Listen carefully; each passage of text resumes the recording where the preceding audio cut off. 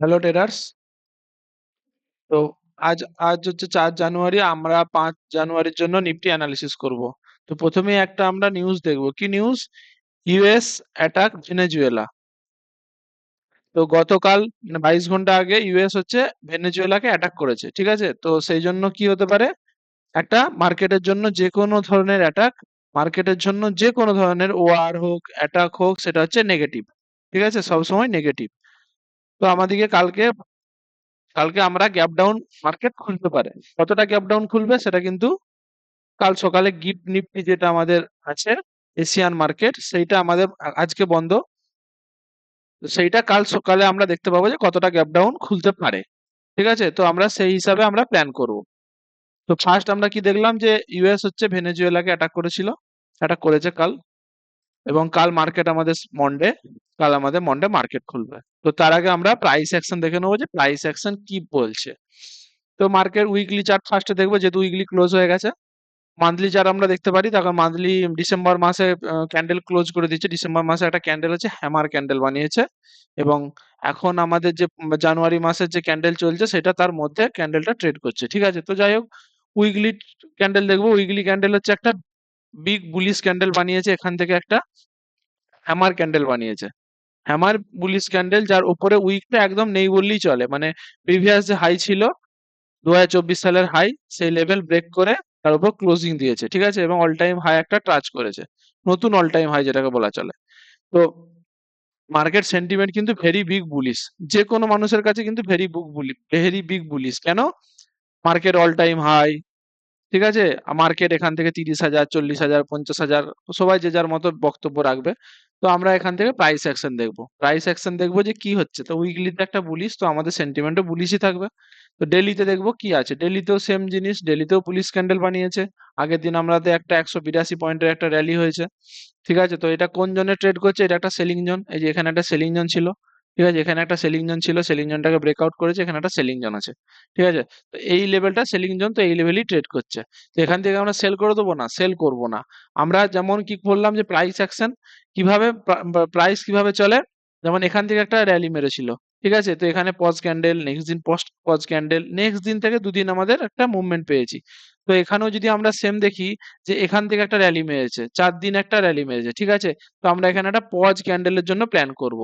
তো কালকের আমাদের প্ল্যান কি থাকবে? আমরা ফার্স্ট ডেইলি চার্টে দেখলাম বুলিশ, 75 মিনিট চার্টে দেখবো কি দেখাচ্ছে। 75 মিনিট চার্টে কন্টিনিউয়াসলি গ্রিন ক্যান্ডেল। তো এইভাবে কি হবে? এভাবে হবে না।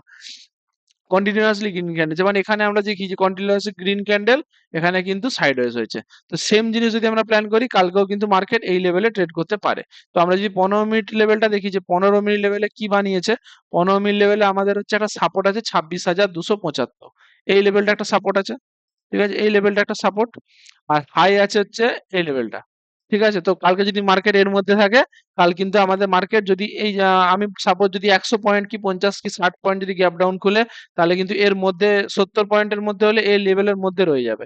তো এই লেভেলের মধ্যে যদি খুলে, তাহলে কিন্তু মার্কেট উঠবে নামবে, এরকম সাইডওয়েজ থাকতে পারে। কেন সাইডওয়েজ থাকবে বললাম, যে আগের দিনও আমরা প্ল্যান করেছিলাম, এখানেও একটা প্ল্যান করেছিলাম যে মার্কেট একটা বড় মুভমেন্ট দিয়েছে, দিয়ে পজ নিয়েছে। তো আবার একটা বড় মুভমেন্ট, আবার যদি পজ নেয়, খুব ভালো জিনিস। এবার এখান থেকে কি বড় গ্রিন ক্যান্ডেল আশা করা যায়? বড় গ্রিন ক্যান্ডেল আশা করা যায়, কিন্তু সেটা সাস্টেন করবে না। কেন? কেন সাস্টেন করবে না? তার কারণ মার্কেট সবাই যদি বুলিশ হয়, তাহলে সেলটাকে করবে। সবাই তো কিনছে, তাহলে সেলটাকে তো কাউকে করতে হবে। তো যে কোনো সময় মার্কেট উপর দিকে নেমে কিন্তু নিচে চলে আসতে পারে। ঠিক আছে, তো আমাদের কালকে প্ল্যান কি থাকবে? মার্কেট এই রেঞ্জ যেটা আছে 26,300, 350 যে রেঞ্জটা, সেখান থেকে এই লেভেলটা যেইটা, এই লেভেলের মধ্যে কিন্তু মার্কেট ঘোরাফেরা করতে পারে। ঠিক আছে, তো আমাদের প্ল্যান এইটাই থাকলো। এবং আমরা এর সাথে আরো কিছু ডাটা ডাটা আমরা কম্বাইন করব। কিরকম? যে এই যে প্রাইস অ্যাকশনটা বানিয়েছে, এখান থেকে যে সাইডওয়েজ হবে না নামবে, সেটা আমরা কনফার্মেশন নেবো। কনফার্মেশন কিভাবে নেবো? তো আমরা এখান থেকে দেখবো পিসিআর ডাটা যেটাকে বলে। ঠিক আছে, পিসিআর ডাটা কি বলছে। পিসিআর ডাটা দেখার জন্য আমরা কি দেখবো? আমরা যদি ডাইরেক্ট এখান থেকে দেখি পিসিআর ডেটা এনএসি। ঠিক আছে, তো এখান থেকে যদি আমরা দেখি পিসিআর ডেটা, যদি এখান থেকে দেখতে পাওয়া যায়, এখান থেকে কিন্তু পিসিআর ডেটা দেখাচ্ছে না। আমরা যে কোনো একটা অন্য প্ল্যাটফর্ম খুললে আমরা দেখবো নিফটি ট্রেডার ডট ইন কি কত দেখাচ্ছে। এখানে পিসিআর দেখাচ্ছে 1.6393। ঠিক আছে, তো আমরা এটা কনফার্মেশনের জন্য আমরা ফার্স্ট এনএসি তে দেখবো। এনএসি হচ্ছে অপশন চেন, ঠিক আছে, অপশন চেন দেখবো, অপশন চেন দিয়ে আমরা ভাগ করে দেখবো যেটা এটা ঠিকঠাক দিয়েছে না দেয়নি। তো আমরা এখান থেকে অপশন চেন দেখে এটা দেখবো পুট কল রেশিও যেটাকে বলে পিসিআর ডেটা।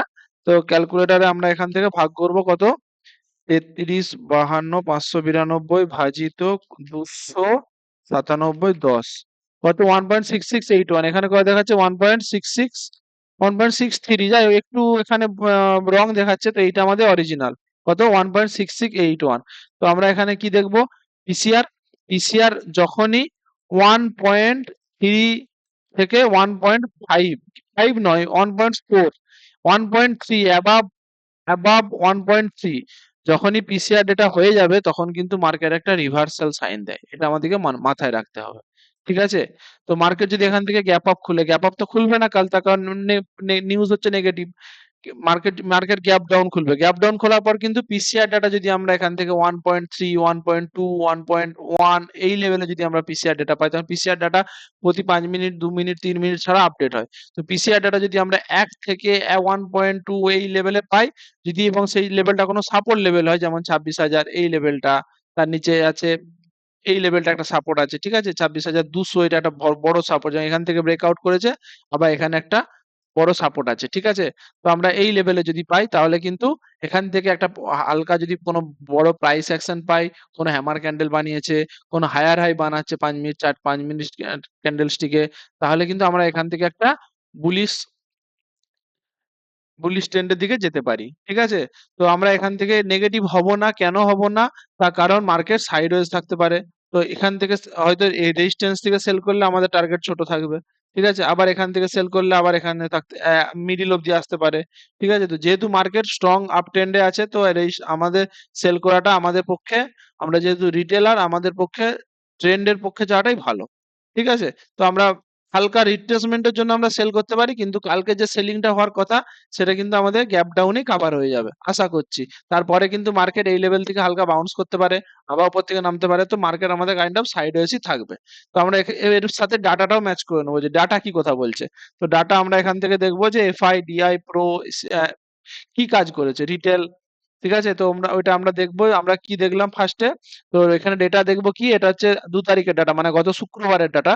শুক্রবার ডাটা ক্লায়েন্ট কি করেছে, প্রফিট বুকিং করেছে 2.87%, অবভিয়াসলি তখন মার্কেট অল টাইম হয়তো প্রফিট বুকিং করবে, নিচে থেকে কিনে আসছে। ডিআই হালকা কিনেছে, এফআই হচ্ছে হালকা লং পজিশন করে, তখন FI market all time high, FI কিন্তু শর্ট পজিশন নিয়ে বসেছিল, তো এফআই এর কিন্তু লস হচ্ছিল, তো সেই জন্য ওরা হালকা প্রফিট বুকিং করেছে, কি লং পজিশন হালকা 2% নিয়েছে। প্রো 39% এসে গেছে এবং 2.3% সেল করেছে, মানে প্রো সেল করেছে, ক্লায়েন্ট সেল করেছে, এফআই জাস্ট লং করেছে, ঠিক আছে।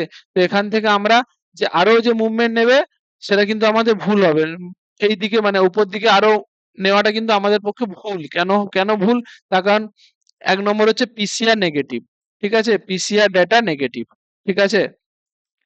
2 নম্বর হচ্ছে প্রো ডাটা হচ্ছে আমাদের নেগেটিভ, তখন প্রো হচ্ছে এই লেভেলে সেলিং করেছে, ঠিক আছে।